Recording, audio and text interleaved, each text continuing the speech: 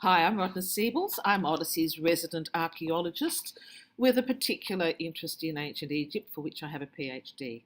Our trip to Egypt is wonderful. We take in some of the modern sites of Egypt, but with a particular emphasis on all the ancient sites. We start off in Cairo, right out near Giza, in the shadow of the pyramids. We have a visit into the heart of Cairo. We visit the very wonderful museum, which houses all the artifacts that have been collected from the various archaeological sites. That includes, of course, all of those things found in Tutankhamun's tomb. We visit the Muhammad Ali Alabaster Mosque. We pass the City of the Dead on the way, which is a fascinating place, which you will see when you're there. We go to an old Coptic church called the Hanging Church because it's suspended between some Roman ruins. And we go to a Ben Ezra synagogue, after which we find ourselves in the Khan el-Khalili, the bazaar in Old Cairo. It's even if you buy nothing, it's the colour and the smell of the spices and the haggling that goes on around you that makes it the most fascinating of places. Around Cairo, we visit the pyramids. We managed to get tickets to go into the Great Pyramid, which I think is always a must. And of course, we go and visit the boat, Khufu's boat, which is housed in a museum right next to the Great Pyramid. This boat was unearthed right next to the pyramid. It was made of cedar and is quite a spectacular sight. You can even see the knots in the ropes that held the various planks of wood together. Then we take a visit to Saqqara, where there is a step pyramid, and hopefully to visit some of the things that I like most in ancient Egypt, the private tombs, because it's in these private tombs you see some beautiful scenes of daily life that will just take your breath away.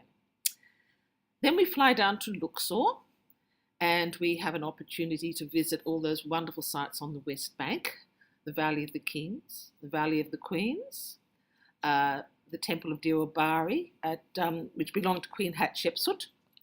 We look at the Colossi of Memnon, which is all that remains of the mortuary temple of Amenhotep III.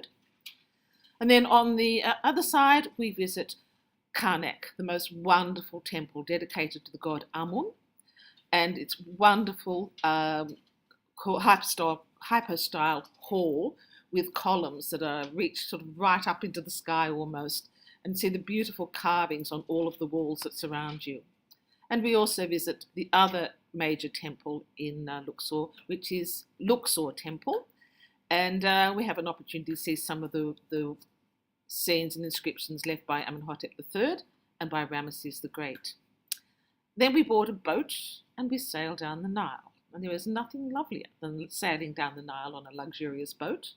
We have a couple of stops on the way. We stop at the Temple of Edfu. This is a late period temple dating to the Ptolemaic period, and it's dedicated to the god Horus. We visit this. It's a very well preserved temple, and the wall scenes, the engravings on the wall are quite phenomenal to see. Then it's back on the boat. Usually on the boat we have an Egyptian night where everyone has to dress Egyptian style, and of course program leader being me, I always go as an Egyptian queen, which I think is quite right. And then we also stop at Komombo, which is another late period temple. This one is dedicated to the crocodile god Sobek, and you will see mummified crocodiles there. The Egyptians tended to mummify anything. Then we arrive at Aswan, lovely city of Aswan. Here we can visit the site of Philae, which was going to be drowned with the building of Aswan Dam, but it was a UNESCO project was to raise this beautiful temple area to higher ground. It took a very long time to do it, but it's been reconstructed as it was originally, so we can visit that. We visit Kitchener's Island, which is in the middle of the Nile at Aswan. It's a botanical garden, beautiful plants there, and lots of local cats, if that's your fancy.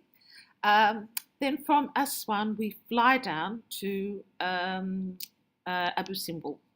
And of course, Abu Simbel is famous for the wonderful temple of Ramesses II and the smaller temple that he dedicated to his wife Nefertari, not to be confused with Nefertiti, totally different lady.